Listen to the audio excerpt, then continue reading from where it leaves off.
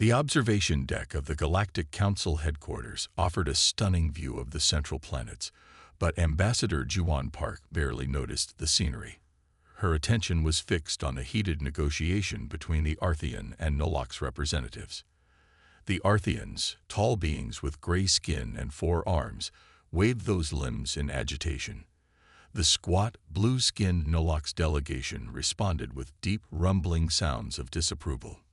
"We should intervene," whispered her aide, Tahian Kim. He stood close behind her, his formal Earth uniform crisp against the more colorful attire of the other species in the chamber. "Not yet," Juwan replied. "Let them exhaust their arguments first." She tapped her fingers against the railing, a habit she'd developed during long diplomatic sessions. Timing was everything in these negotiations. The dispute had begun 3 standard months ago. Both species claimed the same asteroid belt in a shared border system. The rocks were rich in rare minerals needed for faster-than-light drive components. Each side insisted they discovered the belt first. Now they were threatening military action. When she finally stood to address the council, the chamber fell silent. Humans had earned a reputation as exceptional mediators in the decades since Earth joined the galactic community. While other species saw humans as naturally peaceful, few realized this temperament was a choice, not a limitation. Juwan walked to the center of the chamber, her steps measured and calm. All eyes followed her. The room's lighting made her dark hair shine as she faced the gathered representatives. "The Galactic Council thanks both the Arthean Confederation and the Nolox Assembly for their passionate statements," she began. Her translator device conveyed her words in all necessary languages. "Earth has studied this matter carefully." She pressed a button, and a 3-dimensional map appeared above the chamber floor.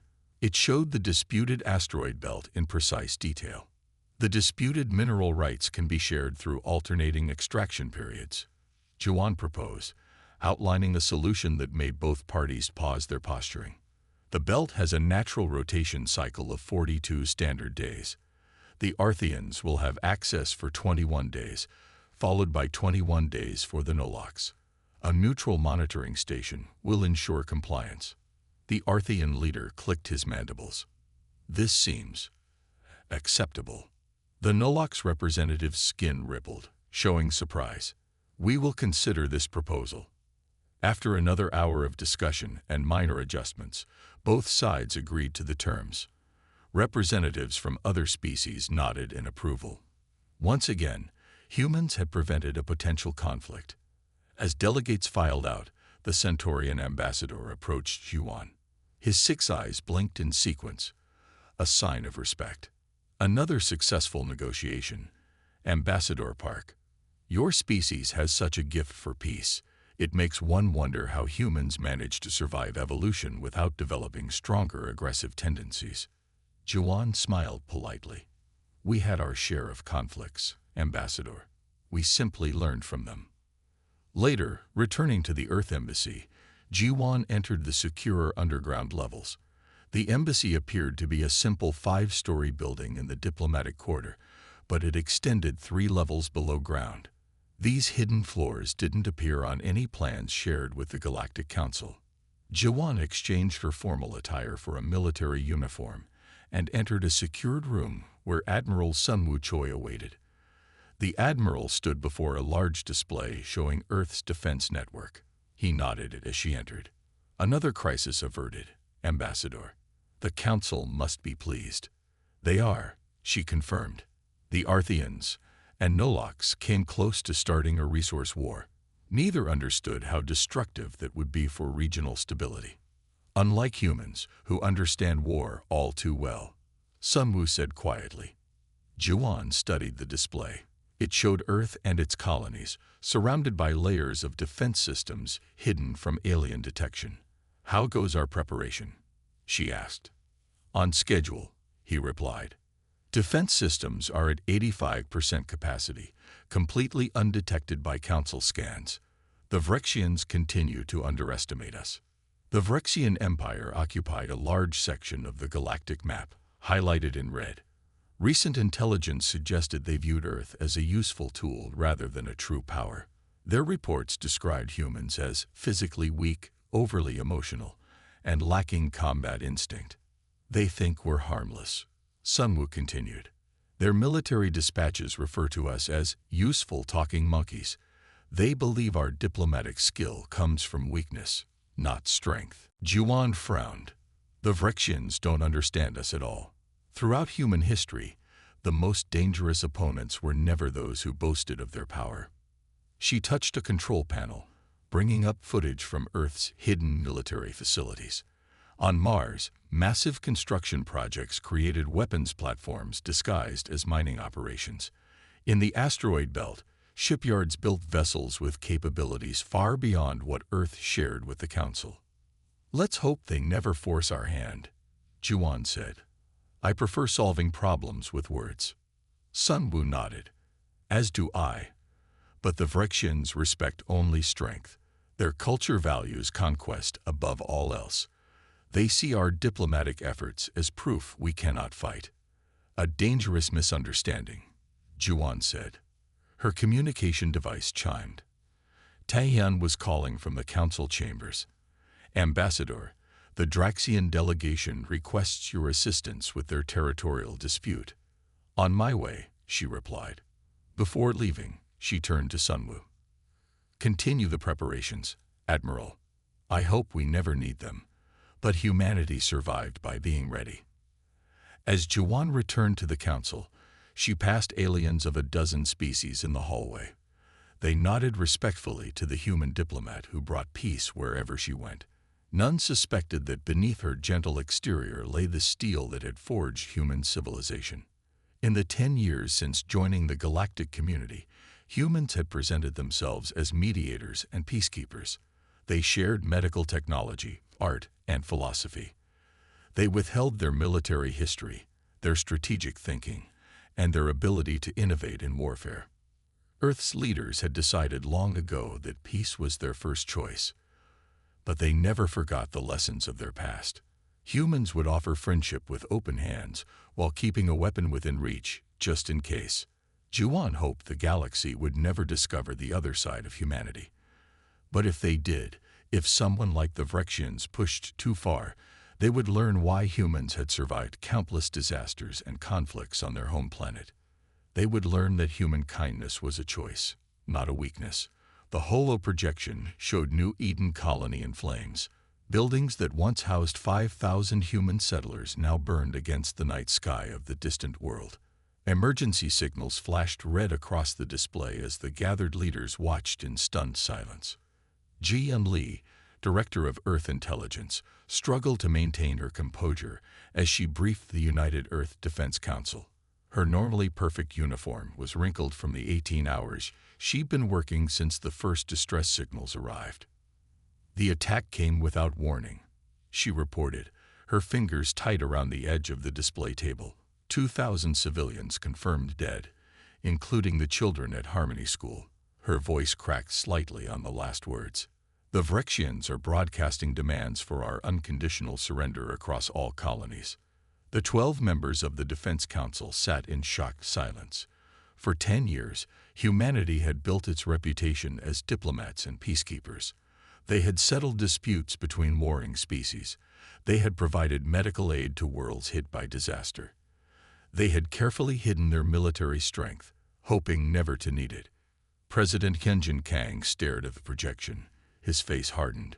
Once known for his warm smile in diplomatic gatherings, now his eyes showed only cold determination. "They believe we'll capitulate to save lives." The Vrexian commander, Overlord Drakath, sent this message an hour ago, Ji-Eun said, activating another display. A tall, reptilian figure appeared. The Vrexian's scaled skin gleamed under military lights as he spoke. "Humans of Earth, your colony on New Eden was just a demonstration of our power. Surrender now, and we will allow your species to live as servants of the Empire. Resist, and we will destroy each colony one by one until your homeworld stands alone. You have 6 hours to respond." Admiral Sunwoo Choi, who had worked alongside Ambassador Juwon Park for years preparing for a moment they hoped would never come, slowly stood. "They've miscalculated," he said, his voice quiet but resolute. "They mistake kindness for weakness." Defense Minister Minho looked up from his datapad. The Vrexian battle fleet numbers over 200 vessels. They've positioned ships near each of our 7 major colonies. Their weapons are charged and ready. "What about our defense capabilities?" asked Council Member Sora, her face pale but determined. Admiral Sunwoo touched controls on the table, bringing up a new display. "We are ready. Protocol Thunderstorm can be activated immediately." The display showed Earth's true military strength for the first time in one comprehensive image. Hidden bases on Mars, Jupiter's moons, and throughout the asteroid belt. Stealth satellites positioned around every human world. Ships that had masqueraded as simple cargo vessels, hiding weapon systems more advanced than anything the Galactic Council had seen. "How long have we been preparing for this?" asked a younger council member. "Since before we joined the galactic community," President Kang answered. "We hoped for peace but prepared for war. It is the human way." News feeds from across human space appeared on smaller screens around the room. Panicked civilians on colony worlds watched Vrexian warships hovering above their cities. On New Eden, rescue workers pulled bodies from the rubble of Harmony School, where 300 children had been learning about galactic cultures when the attack began. President Kang stood and faced the council. "The Vrexians believe we are soft. They think our diplomatic nature means we cannot fight. They attacked our children to break our spirit." His voice remained steady, but his hands formed fists at his sides. "I need the council's vote. Do we activate Protocol Thunderstorm?" One by one, each council member touched a green light on the table before them. The vote was unanimous. "Message all colonies," ordered President Kang.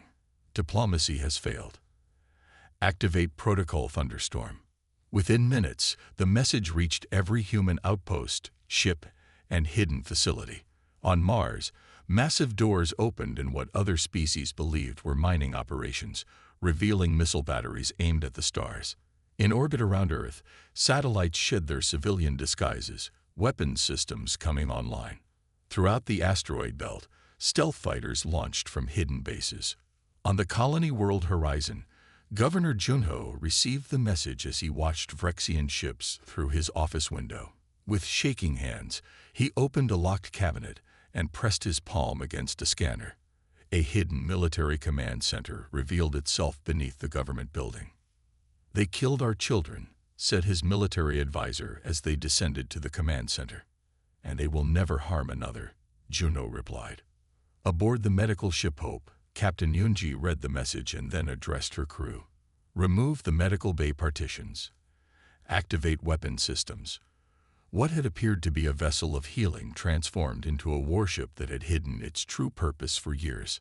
Back on Earth, Admiral Sunwoo coordinated the first phase of humanity's response. "All units acknowledge Protocol Thunderstorm activation," he reported to the Council. "First strikes will commence in 30 minutes, simultaneously across all theaters." Jaeyun brought up footage from New Eden again.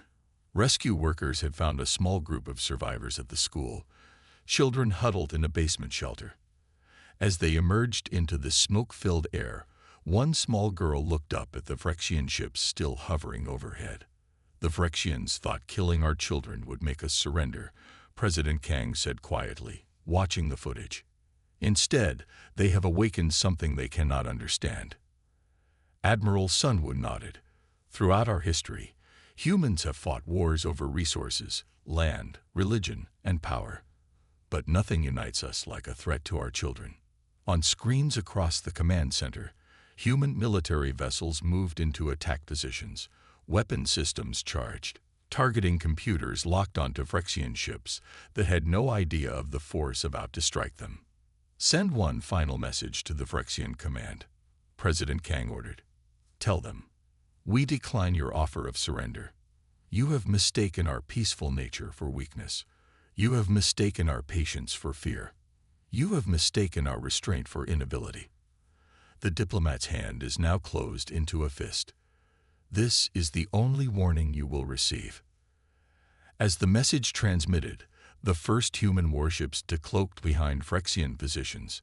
The galaxy was about to learn why humans had survived countless disasters and wars on their home planet. They were about to learn the terrible mistake of harming human children. They were about to learn that human kindness had always been a choice. The Vrexian armada approached Earth with overwhelming confidence. 50 battleships formed the main attack group, surrounded by nearly 200 support vessels. Their hulls gleamed with the distinctive red and black markings of the Vrexian Empire, a symbol feared across 3 sectors of the galaxy. Commander Dosu stood on the bridge of his flagship, the Conqueror. His scaled skin reflected the lights of the command displays as he watched Earth grow larger on the main screen. The blue planet looked peaceful and vulnerable. "Primitive humans," he said to his bridge crew. "Soon they'll serve the Empire, like all weak species." His second-in-command, Sub-Commander Fresh, checked the tactical displays. "Our forces report no resistance at the outer defense perimeter. No military satellites detected. No defense fleet in position." Dosu's mouth formed what passed for a smile among Vrexians, revealing rows of sharp teeth. As expected, their colonies fell easily. New Eden's resistance lasted less than an hour. The bridge crew laughed, a harsh clicking sound that echoed across the command center. They had all seen the reports of how quickly the human colony had surrendered under bombardment. "Open broadcast channels," Dosu ordered. "I want the humans to hear their doom approach." The communications officer touched several controls. His expression changed from confidence to confusion. "Commander, I cannot establish any channels. Something is blocking all frequencies." Dosu frowned. "Use backup systems." "I am trying, sir. All channels are being jammed." The officer's scales paled slightly. "This is unusual technology." Before Dosu could respond, the tactical officer shouted, "Commander, we've lost contact with 3 rear warships." "What?" Dosu turned to the main tactical display. 3 red dots representing warships at the edge of his formation had simply disappeared. "Impossible," he muttered as more alerts sounded across the bridge. All around the planet, something was happening. Earth's defense grid revealed itself. What had appeared to be empty space around the planet suddenly filled with weapon platforms as stealth fields dropped. Satellites that had registered as weather stations on Vrexian scans transformed, revealing missile launchers and energy weapons. From hidden lunar bases, human warships emerged. Doors opened in the surface of Earth's moon, and vessels of war launched from concealed hangars. From beneath the oceans, missile platforms surfaced, breaking through the waters with explosive force. The orbital defense system that no alien scan had detected came online, unleashing devastation on the Vrexian fleet. "Battle stations," Dosu shouted, but his order came too late. The first wave of human attacks hit with precision. 20 Vrexian ships exploded before they could raise shields. Another 30 found their engines disabled by targeted strikes, leaving them drifting helplessly. "Return fire," Dosu ordered. "All ships, target Earth's surface. Begin planetary bombardment." But when his weapons officers attempted to target the planet, they found their systems unable to lock on. "Some kind of interference, Commander," reported the weapons officer. "Their defensive technology is blocking our targeting systems." On the main screen, Dosu watched in shock as human warships approached. They moved in perfect formation, their designs unlike anything registered in Vrexian databases, where the Vrexians built their ships to look intimidating with sharp angles and visible weapons. The human vessels were smooth and sleek. Their true power remained hidden until they fired. Captain Minju Han sat calmly in the command chair of the UES Retribution. Her ship, technically classified as a diplomatic escort vessel in official documentation, now revealed its true capabilities. The Retribution was Earth's most advanced warship, with systems 10 years ahead of anything shown to the Galactic Council. "All weapons charged, Captain," reported her tactical officer. "The Vrexian flagship is targeted." Minju studied the holographic display showing the battle. Human forces had surrounded the Vrexian fleet, attacking from all sides. The element of surprise had worked perfectly. "Target their command vessels," she ordered calmly. "Disable engines first. We want prisoners, not martyrs." The Retribution fired its main weapons.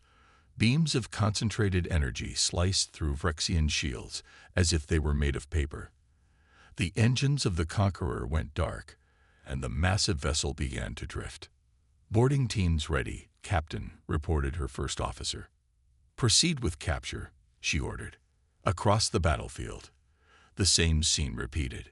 Human vessels that had hidden their capabilities for years now demonstrated firepower that shocked the invaders. The Vrexians, who had expected an easy victory against a peaceful species, found themselves outmatched in every way. On the Conqueror's bridge, Dosu watched in horror as his mighty armada was systematically disabled.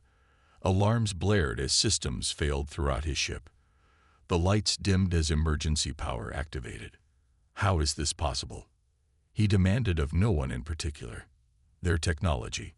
They were supposed to be primitive. The bridge doors opened with a hiss. Human soldiers in advanced combat armor entered, weapons raised. Their helmets concealed their faces, making them look more machine than flesh. "Commander Dosu," said the lead soldier, "you are now a prisoner of Earth. Your crew will not be harmed if they surrender immediately." Within hours, the mighty Vrexian invasion force lay in ruins. Not a single human vessel had been lost in the battle. 43 Vrexian ships had been destroyed when they refused to surrender. The rest floated powerless, their crews now prisoners. Commander Dosu, now a prisoner aboard the Retribution, could only stare in disbelief as Captain Minju approached. She had removed her command jacket, appearing smaller and less threatening than he had imagined. This made her victory all the more humiliating. The holding cell where they kept him was comfortable but secure. Energy fields prevented escape better than physical bars could have. "You attacked our colonies," Minju said simply. "You killed our children. We are Vrexians," Dosu replied, attempting to maintain his dignity. "Conquest is our way. The strong rule the weak. And you thought we were weak. Your species presented itself as diplomats, not warriors," he said. "In all your years in the Galactic Council, you showed no military strength." Minju nodded. "We hoped we wouldn't need to." Dosu stared at her, his reptilian eyes blinking slowly as understanding dawned. "Your peaceful nature was a deception." "No," she replied. "Peace is our preference. War is our skill. You should have researched human history before attacking us." "Why hide your strength?" he asked. "We were trying to be nice," she answered simply. As the Retribution carried the captured commander back to Earth, news of humanity's victory spread across the galaxy. Species that had dismissed humans as harmless diplomats now watched recording of the battle with new respect and fear. The galaxy would never view humans the same way again. The emergency session of the United Earth Defense Council convened in the underground command center beneath Geneva. Screens lined the walls, showing battles across multiple star systems. The room hummed with activity as military officers and civilian leaders tracked humanity's response to the Vrexian attack. General Doyen Kang stood at the central display, pointing to a flashing point of light that represented the Proxima Centauri system. His uniform bore the marks of someone who hadn't slept in days, but his eyes remained sharp and focused. "Operation Retribution is proceeding as planned," reported General Doyen to the Defense Council. "The Vrexian military base on Proxima Centauri has been neutralized with minimal civilian casualties." President Kenjin Kang nodded with approval. "Civilian protection remains our priority. We are not the Vrexians." The holographic star map expanded to show human forces advancing through previously Vrexian-controlled space. Blue arrows represented Earth fleets pushing into red territory at multiple points. The Vrexian Empire, which had seemed so vast and threatening just days ago, now appeared vulnerable as human forces struck with surgical precision. Ambassador Juan Park, now serving as strategic coordinator, stood from her seat at the conference table. Her diplomatic skills had been redirected to military planning, where her deep knowledge of alien psychology proved invaluable. The Galactic Council has requested an emergency session, she informed the Council. Other species are retreating from our territories. They fear us now. Let them, said Admiral Sunwoo, studying battle reports on his tablet. Fear can prevent future conflicts. Juwon frowned slightly. Fear is a poor foundation for lasting peace. Peace comes later, the Admiral replied. First, we must ensure the Vrexians never threaten our people again. The President raised his hand, stopping the potential argument. Both perspectives have merit. For now, we focus on dismantling the Vrexian military capability. Diplomacy will follow victory. On another screen, footage showed the aftermath of the human counterattack at New Eden Colony. Rescue teams worked to rebuild the destroyed school. Memorial services honored the children lost in the initial attack. These images remained visible in the command center at all times, a reminder of why they fought. What's the status of the Vrexian homeworld operation? Asked Defense Minister Minho. General Doyen touched the display, zooming to a distant star system. Special forces will be in position within 48 hours. Major Cho's team is leading the advance force. The view shifted to real-time footage from a stealth reconnaissance drone. It showed a massive Vrexian military installation on a moon orbiting their homeworld. Thousands of warships sat in docking bays, never launched to defend their empire.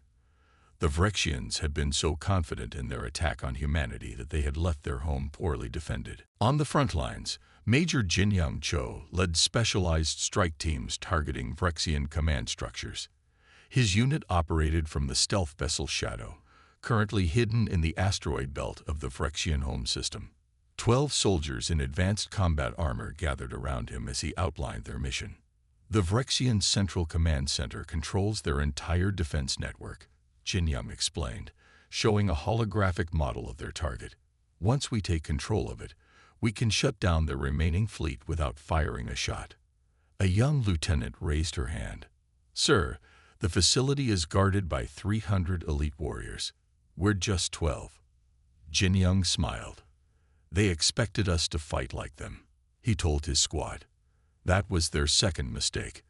Their first was believing we couldn't fight at all. He pointed to different sections of the facility. We won't attack head-on. The Vrexians evolved from pack hunters. They expect direct confrontation. We'll use stealth, misdirection, and their own systems against them.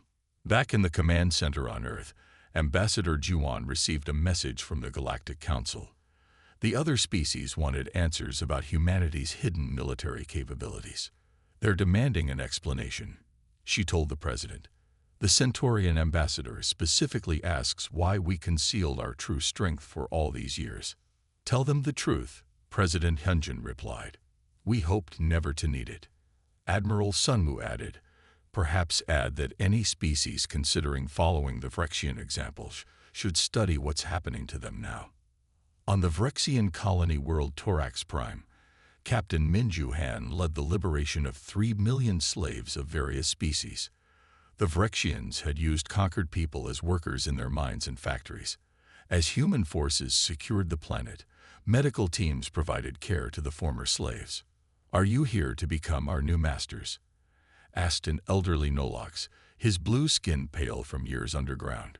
No, Minju answered, helping him onto a medical transport. We're here to ensure no one masters anyone else again. As night fell on the Vrexian homeworld, Major Jinyoung's team moved into position. Using technology that bent light around them, they approached the command center unseen. Unlike the Vrexians, who relied on brute force, humans had perfected the art of fighting without being detected. Team 1 in position. Jinyoung whispered into his comm unit. Team 2, status. Ready at the power junction, came the reply. Team 3. Communications hub secured. No alarms triggered.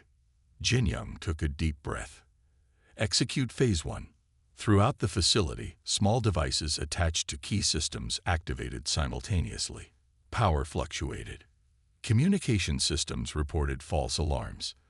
Defense turrets turned inward, targeting their own positions based on falsified threat data. As confusion spread among the Vrexian defenders, Jin Young's team entered the command center through maintenance tunnels. The Vrexian commanders, used to directing battles from safety, found themselves facing human soldiers who had bypassed every defense. "Surrender the facility," Jin Young ordered the Vrexian High Commander. "Your empire is falling. Don't add your staff to the casualty list." The Vrexian looked at the human with disbelief. "How did you get past our defenses?" "By not thinking like Vrexians," Jin Young replied. Within an hour, the command center was under human control. Signal went out to all Vrexian military vessels to stand down. Many complied, seeing the transmission came from their own high command. Those who resisted found their systems compromised by codes transmitted from the captured facility. In the Earth Command Center, the tactical display updated as reports came in from across Vrexian space. One by one, red markers turned blue as human forces secured strategic locations with minimal fighting.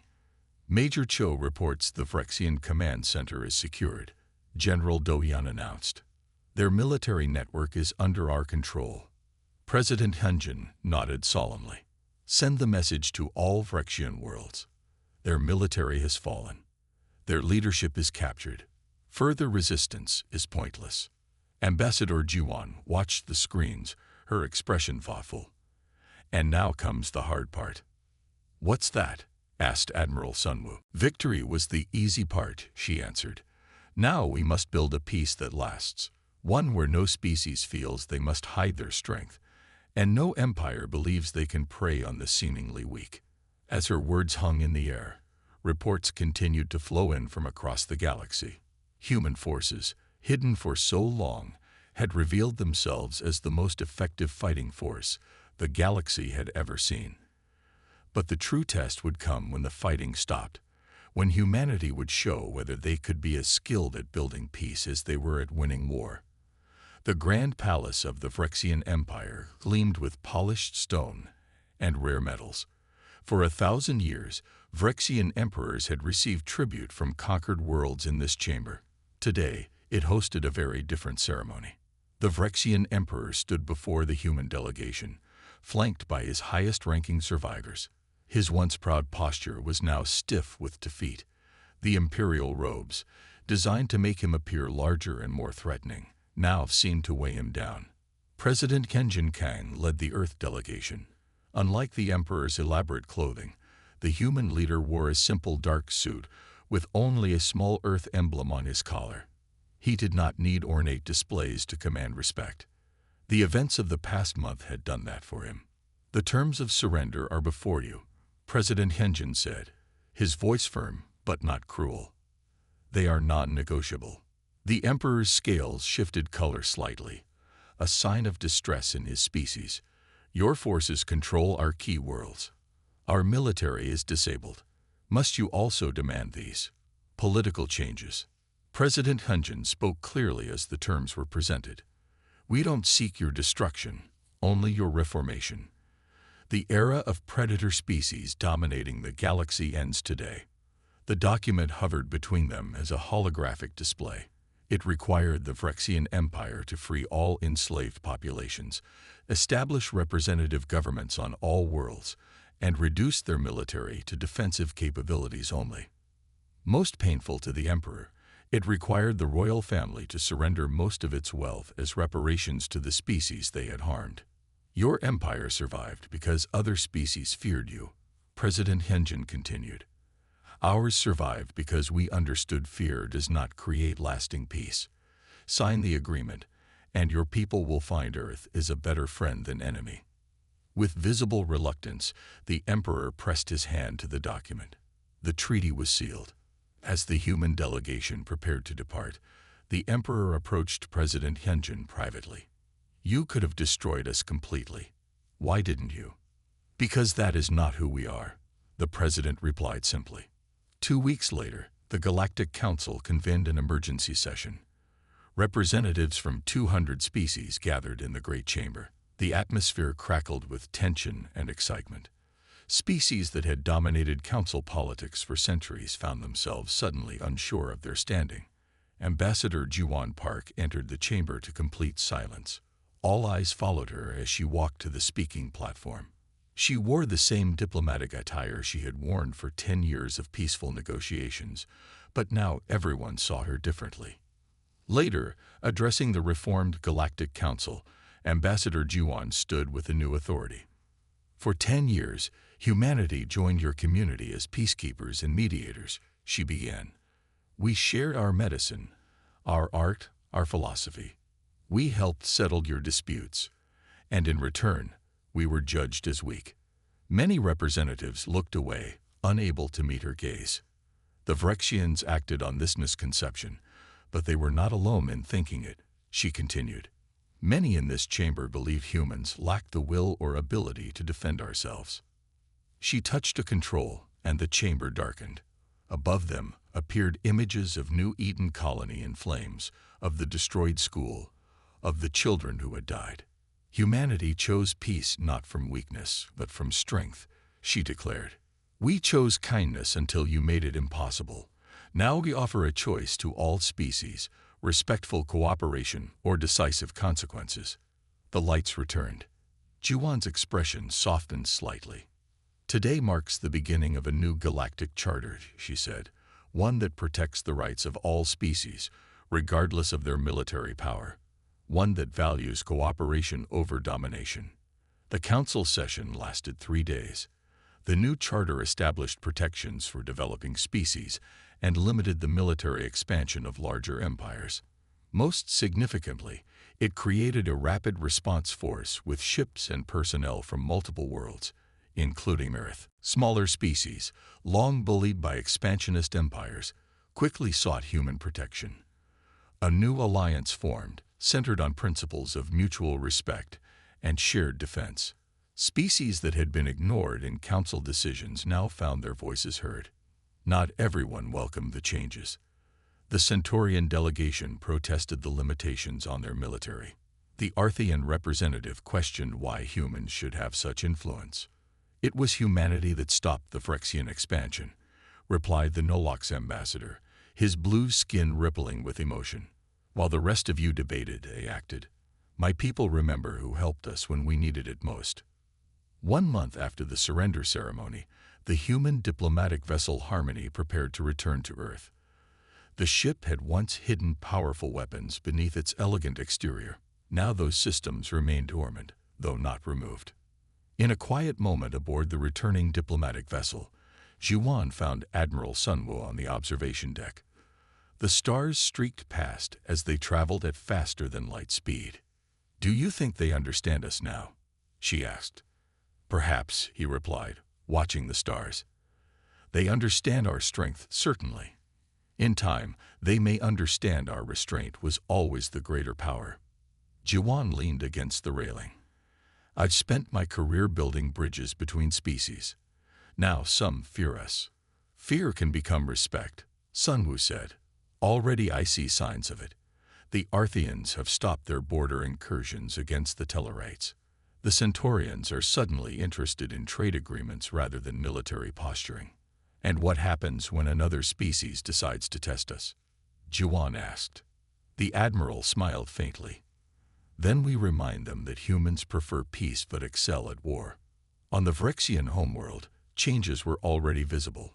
Former slaves worked alongside their previous masters to establish new governments. Human teachers shared knowledge with Vrexian students. Military vessels were converted to exploration and science ships. In the former throne room, a memorial now stood to the children of New Eden and all victims of imperial aggression.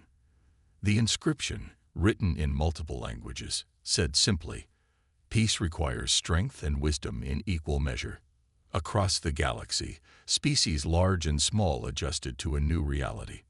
Humans were no longer seen merely as clever mediators, but as a formidable force. Peaceful by choice, terrifying when provoked, and determined to reshape the galactic order. On Earth, children studied both diplomacy and defense. They learned the history of how humanity nearly destroyed itself before finding balance. They prepared for a future where they might need to be both the galaxy's greatest peacemakers and its most feared defenders. In the rebuilt Harmony School on New Eden, A young teacher asked her students to draw what peace meant to them. A small girl drew a picture of an open hand offering friendship. Behind the hand, barely visible, was the outline of a fist. When asked about her drawing, the girl explained simply, "This is what my mom says about humans. We're nice until we can't be anymore." Some lessons, it seemed, were already understood. The end